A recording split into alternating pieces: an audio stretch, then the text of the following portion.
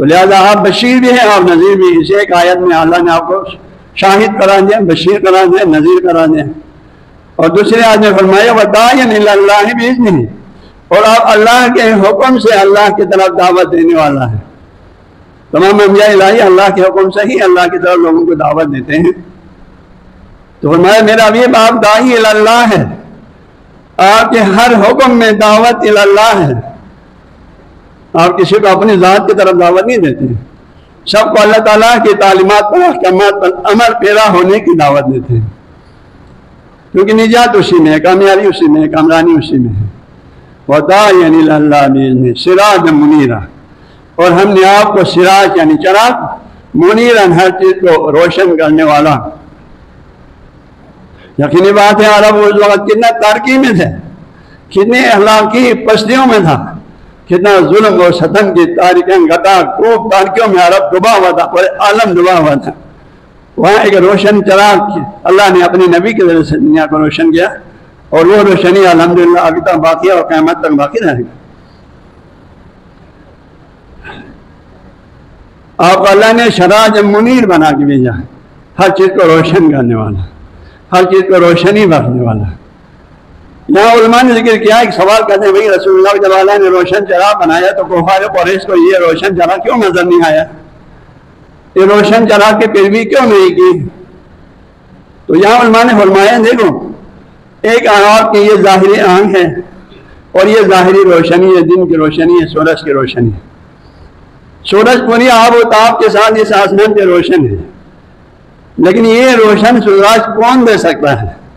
کون دے سکتا ہے؟ وہی دے سکتا ہے جس کو یہ ظاہری آنکھ ہو. جس کا یہ ظاہری آنکھ ٹھیک ہے، صحیح ہے، تو پھر اس کو یہ روشن سورج نظر آتا ہے. لیکن جس کا یہ آنکھ خراب ہوا، نابینا ہوا، اس کو یہ روشن سورج نظر نہیں آ رہا ہے. آپ باس کو بولیں بھائی دیکھو سورج کو، وہ بولے کہاں ہے سورج؟ کوئی سورج نہیں، مجھے کوئی سورج نظر نہیں آ رہا ہے. اتنے پورا عالم کو روشن کیا ہوا سورج اس بندے خدا کو نظر نہیں آتا، کیونکہ اس کے یہ آنکھ نابینا ہے، اس کے یہ آنکھ خراب ہے، یہ آنکھ مرض کے شکار ہے، نابینا ہے. بس اسی طرح ایک باطنی نور روشنی ہے، اور اس باطنی روشنی کو دیکھنے کے لیے آپ کے اندر ایک باطنی چراغ ہے جس کو چشم بصیرت کہا جاتا ہے. دل کے آنکھ، چشم بصیرت. رسول اللہ باطنی نور ہے. ایسا نہیں تھا رسول اللہ کمرے میں ہو تو چراغ روشن کرنا نہ پڑے، چراغ روشن کرتے تھے. آپ جہاں بھی جاتے تھے مسجد میں چراغ، گھر میں تھے گھر میں چراغ روشن کرتے تھے اسی حساب سے. آپ اللہ نے روشن چراغ بنایا جس کو منور کرنے والا ہے، اور اس سے یہ ظاہری چراغ بنایا، یہ تو مراد نہیں ہے مسلم. ایک اور چراغ ہے، وہ کیا مانوی چراغ ہے، وہ حقیقی چراغ ہے. اس مانوی چراغ کو دیکھنے کے لیے جو آنکھ ہے وہ چشم بصیرت ہے، وہ دل کے آنکھ ہے. تو جس کا دل کے آنکھ تاریخ ہے، ظلمانی ہے، وہ بیماری کا شکار ہے، اس کو یہ باطنی نور بھی نظر نہیں آتا. کفار کا اس زمانے کے اہل کتاب کا یہی حال تھا، ان کا یہ باطنی آنکھ تاریخ ہو چکا تھا. اس لیے اللہ نے قرآن میں فرمایا لَهُمْ قُلُوبٌ لَا يَفْقَهُونَ بِهَا، دل تو ہے سوچتا نہیں ہے، سمجھتا نہیں ہے، حقائق کو جانتا نہیں ہے، جاننے کی کوشش بھی نہیں کرتا. وَلَمْ أَعْيُنُ لَا يَبْصِرُونَ، آنکھ تو ہے نظر نہیں آ رہا ہے، ان کے لیے کان تو ہے سن نہیں رہا ہے. کیوں؟ کہ ان کے وہ باطنی جو آنکھ تھی، باطنی آنکھ تھی، باطنی سماعت تھی، بصارت تھی، دل تھی، وہ سب ظلمانی ہو چکا تھا. تو وجہ سے اس روشنی، جس طرح یہ آنکھ بیمار ہے تو تاریخ ہے، نابینا ہے، یہ روشن شدہ سورج نظر نہیں آ رہا ہے، اس میں یہ پوری دنیا تاریخ نظر آ رہا ہے. ایسے ہی جس کا دل کے آنکھ جو ہے وہ نابینا ہو چکا ہو تو اس کو بھی کوئی ہدایت، اس سورج جیسے روشن ہدایت بھی اس کو نظر نہیں آتا ہے. رسول اللہ جو سراج اللہ فرمایا سراج منیر، ہر چیز کو روشنی بانے والی ذات مبارک. لیکن کفار قریش کو نظر نہیں، ان کا دل، آنکھ کا دل جو چشم دل ہے، چشم بصیرت ہے، وہ تاریخ ہے. لہذا گرامی ہمیں رسول اللہ صلی اللہ علیہ وسلم کی ذات مبارک کو سمجھنے کے لیے، آپ کے فضائل کمالات کو سمجھنے کے لیے، قرآن پاک کی نورانی ہدایات کو سمجھنے کے لیے اہل بیت علیہ السلام کو سمجھنے کے لیے، درک کرنے کے لیے، دینی اصل حقائق کو درک کرنے کے لیے آپ کی چشم بصیرت روشن ہو، اس پر کوئی داغ دبا نہ لگا ہو، تو آپ کو یہ سارے حقائق سمجھنا آسان ہو جائے گا۔ اگر ادھر داغ دبا لگ گیا ہے، اگر وہ مریض ہے، تو پھر جو ہے آپ کو روشن جس طرح یہ سورج نظر نہیں آ رہا ہے، رسول اکرامی صلی اللہ علیہ وسلم کا وہ منور، وہ نور جو پوری کائنات کو آج بھی روشن کیا ہوا ہے، اس نابینا شناخت کو یہ روشنی نظر نہیں آئے گا، اور وہ اس نور سے ہرگز استفادہ نہیں کر پائیں گے، اور وہ اسی گمراہی اور ضلالت کی اتھاہ گہرائیوں میں رہ کر دنیا سے چلا جائے گا۔ اس وجہ سے کل قیامت میں بھی جہنم کی کھائی میں وہ گر جائے گا۔ لہذا جان گرامی، اللہ نے جو ہے آپ کے بارے میں فرمایا کہ آپ شاہد ہیں، شاہد نذیر ہیں، بشیر ہیں، رونے والا، خوشخبری سنانے والا ہے، اللہ کی طرف اللہ کے حکم سے لوگوں کو دعوت دینے والا ہے، اور روشن چراغ ہے۔ ہر منور دل جو ہے آپ کو درک کرے گا، آپ کے اخلاقیات سے، آپ کے اخلاق سے، آپ کے کردار سے، آپ کے اقوال سے، آپ کی جملہ تعلیمات سے وہ فیضیاب ہوتا رہے گا، اور وہ اپنے دل کو روشن سے روشن کرتا چلے گا۔ لیکن جن کے دل کے نابینا ہو چکا ہے، انہیں رسول اللہ بھی جو ہے کہتے ہیں وہ ہم جیسا نظر آئے گا، یہ ہماری طرح کے انسان ہے، بس وہی ہوتا ہے، وہی تو سب کچھ ہے۔ اللہ سے ہم کلامی سے زیادہ اللہ کے کلام کو ڈائریکٹ ایک فرشتے کے توسط سے لینے کی بڑا فخر و فضیلت کیا ہو سکتی ہے؟ لیکن آپ کو یہ معمولی نظر آ رہا ہے، کیونکہ آپ کا وہ چشم بصیرت وہ تاریخ ہے، اس پر پردہ پڑا ہوا ہے۔ لہذا عزیزان گرامی، قرآن پاک اللہ کے پیارے نبی کی فضائل سے، آپ کے مقام و منزلت سے پر ہے۔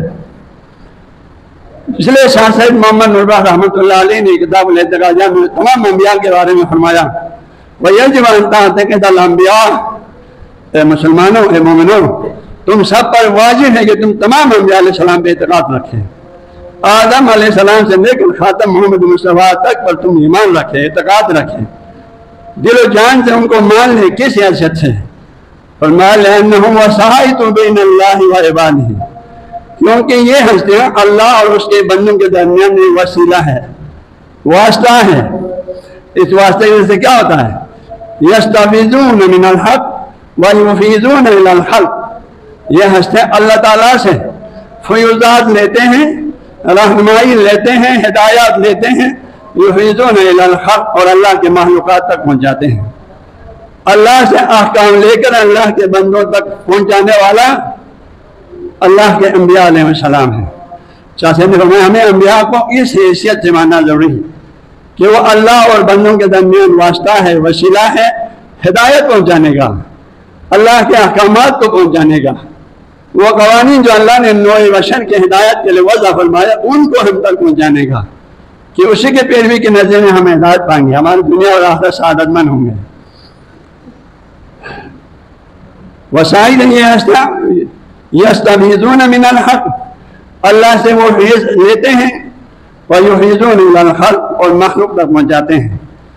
وفی مطابعتہم نیل درجات وفی مخالفتہم ویل درکات، فرمایا انبیاء کے بارے میں تمہیں یہ عقیدہ بھی رکھنا ضروری ہے اور واجب ہے کہ ان کی پیروی کرنے میں، ان کے ہر حکم پہ لبیک کہنے میں، ان کے سیرت کو اپنے لیے سیرت قرار دینے میں، ان کے جملہ تعلیمات پر عمل کرنے میں نیل درجات، تم اللہ کے حضور میں تم بہت بڑا درجہ اور مقام پیدا کرے گا، تم بلند درجات پہ پہنچ جائیں گے، اعلیٰ مقامات پہ پہنچ جائیں گے، اور یقیناً جس کے نظر کل قیامت میں کامرانی ہوگی، جنت پہنچے گا۔ وہی مخالفتہم نیل درکات، اور انبیاء علیہ السلام کی مخالفت کرنے کی صورت میں، ان کی تعلیمات کو ٹھکرانے کی صورت میں، ان کی تعلیمات پر عمل نہ کرنے کی صورت میں کیا ہوگا؟ نیل درکات، ہلاکت اور تباہی اور بربادی کے آخری کھائی میں گر جائے گا، جہنم کے آخری کھائی میں گر جائے گا۔ دنیا اور آخرت دونوں میں تم تباہ اور برباد ہو جائیں گے۔ تاریخ انبیاء پر برباد ہوا نہیں ہوا، وہ فرعون جو موسیٰ علیہ السلام اور آپ کے پیروکاروں کو اس نے یہ کہ نکلا تھا نا قرآن بنے تھا آج ہم یہ موسیٰ ہمیں بہت تنگ کر رہے ہیں، بنی اسرائیل ہمیں بہت تنگ کر رہا ہے، ہمیں غصہ دلا رہا ہے. اپنے قوم سے کہا تم جیسے جو کام ہے کہ شاہ سو جو ہاتھ میں اسلحہ اٹھا سکتے ہیں وہ سب اسلحہ اٹھا کے آئے. ہم آج صبح موسیٰ اور اس کے قوم پر ایسا حملہ کریں گے کہ وہ ان کو زمین سے مکمل ختم کریں گے. یہ کہہ کے اس نے جنگی تیاری کر لیا. اب ان کے گھروں میں بوڑھے مرد اور خواتین اور چھوٹے بچے کے علاوہ کوئی نہیں، خواتین کے علاوہ کوئی نہیں، سب کو باہر نکالا. موسیٰ کے پیچھے بڑھ رہا ہے اور آپ کے بنی اسرائیل کے پیچھے. اللہ نے موسیٰ کو راتوں رات حکم دیا، موسیٰ راتوں رات اپنی قوم کو باہر نکالو اور دریا نیل کی طرف چلو. کیونکہ فرعون نے یہ ارادہ کیا ہے، اللہ کے حکم سے ہم نے بنی اسرائیل کو نکالا، دریا نیل کے کنارے پہنچا. تو اللہ تعالیٰ کے امتحانات ایک سنت ہوتے ہیں، انسان کو اس میں انتہائی مشکل مرحلے میں پہنچاتے ہیں، پھر اس کی فریاد توسیع ہوتی ہے. امتحان ہوتا ہے اسی طرح، پرچے سخت ہوتے ہیں اللہ کی کامیابی کی. بنی اسرائیل نے دیکھا آگے دریا ہے، نہ پل ہے نہ کشتی ہے، کچھ بھی نہیں ہے. اس طرح فرعونی لشکر آتا ہوا نظر آ رہا ہے. موسیٰ سے کہا فریاد کرتے یا موسیٰ انا لمدرکون، اے موسیٰ ہم تو ہلاک ہو گئے، آپ نے کیا کیا؟ ہم تو ایسے پھنسا دیا دریا اور فرعونی قوم کے بیچ میں. موسیٰ نے کہا ٹھنڈے ہو جاؤ، میرا رب نے حکم دیا وہی راستہ نکالے گا، تم کیوں پریشان ہوتے ہو؟ فرعونی قوم نے بھی دیکھا وہ ادھر پھنسا ہوا ہے. اور ان جلدی میں اللہ نے حکم دیا موسیٰ دریا پہ عصا مارو. موسیٰ نے اللہ کے دریا پہ عصا مارا، دریا 12 گلیوں میں تقسیم ہو گیا، پانی روک کے اپنے اپنے جگہ پہ. بنی اسرائیل سے حکم ہو گیا سب نکل جاؤ، سب اس طرح پہنچ گیا. کہ یہ نبی اللہ تھا اور آپ کے پیروکار تھے، سب کو نجات دلائے. فرعونی قوم، فرعون جو تباہی کی انتہا پہ پہنچا اور دمیل درکار اب اس کے قریب ہو گیا تھا. اس کو چاہے تو یہاں پر ایمان لے روک جائیں گے یار، یہ تو میں تو یہ کام نہیں کر سکتا، لیکن اس کے دل کے یہاں نابینا ہو چکا تھا. تو اس نے اپنے قوم سے کہا یہ میرا معجزہ ہے، میرے حکم سے دریا پانی کی گلیوں میں تقسیم ہوا ہے، داخل ہو جاؤ. سب داخل ہو گیا. اللہ نے ایسا حکمت عملی اختیار کیا کہ ایک بندے کو باہر نکلنے نہیں دیا، ایک بندے کو باہر رہنے نہیں دیا، سب کو دریا میں ڈال دیا.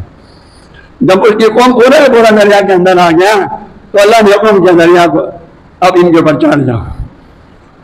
اب آپ سوچو ایک دریا ولو 10 منٹ کے لیے روکے تو کتنا پانی جمع ہو جائے گا، کیونکہ سروں پہ آیا اور سب تباہ ہو گیا.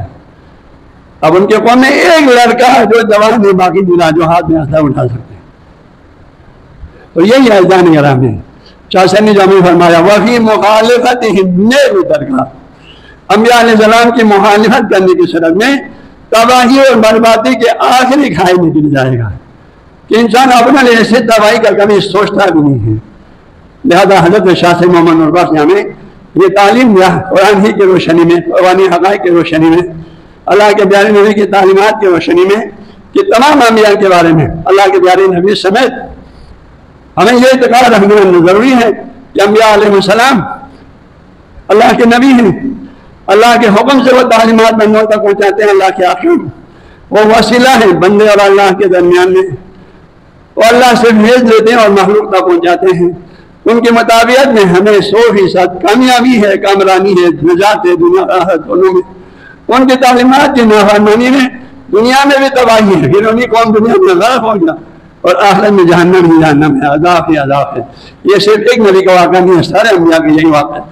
اللہ کے پیارے نبی کے دشمنوں کا بھی یہی واقعہ ہوا، آل بیت کے دشمنوں کا بھی یہی الزام ہوا. دنیا میں بھی تباہ ہوا، آخرت میں بھی تباہ ہوا. ابو لہب جو اللہ کے پیارے نبی کا سرسر مخالف تھا، اللہ نے قیامت تک باقی رہنے والی کتاب میں تبت یدا ابی لہب وتب، ہلاک اور برباد ہوا ابو لہب اور اس کی بیوی کہہ کر آیت نازل فرمایا.